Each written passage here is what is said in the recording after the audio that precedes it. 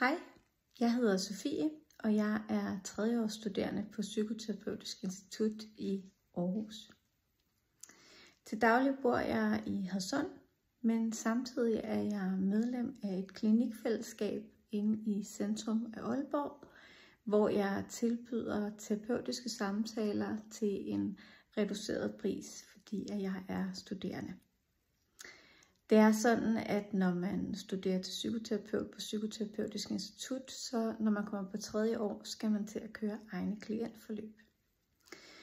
De forløb er en måde, hvor jeg får mulighed for at træne min terapeutiske muskel, kan man kalde det. Det betyder ikke, at jeg ikke har haft terapeutiske samtaler op til nu i min uddannelse, men for nu skal jeg til at køre deciderede forløb med egne klienter. Derfor har jeg lige nu åbnet op for tider. De tider, man kan booke sig ind på, det er fredag eftermiddag efter kl. 14. Og jeg holder til inde på Vesterbro i den bygning, der hedder Fremtiden. Jeg er 42 år gammel, og jeg bor med mine 2 piger på 11 og 6 år. Min baggrund er lidt bred, kan man sige. Jeg har uddannet mig som lærer og har arbejdet hovedsageligt i udskolingen i 11 år, må det være. Men jeg har faktisk også tidligere læst teologi nogle år på Aarhus Universitet, og så har jeg i mine helt unge dage været i gang med jordemoderuddannelsen også. Men med psykoterapien har jeg fundet min hylde for alvor, og terapi og terapeutiske samtaler er noget, som jeg synes er utrolig spændende og givende.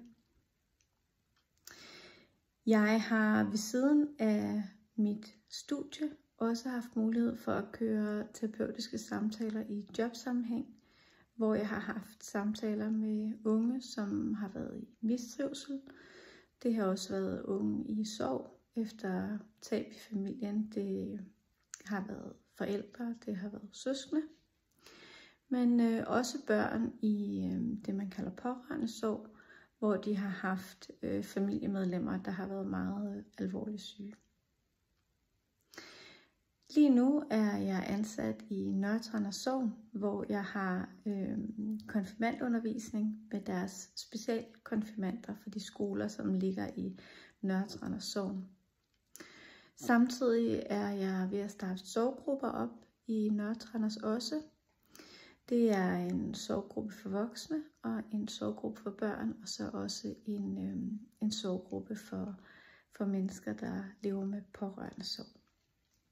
Det er også en rigtig god måde for mig at få mulighed for at træne min terapeutiske muskel.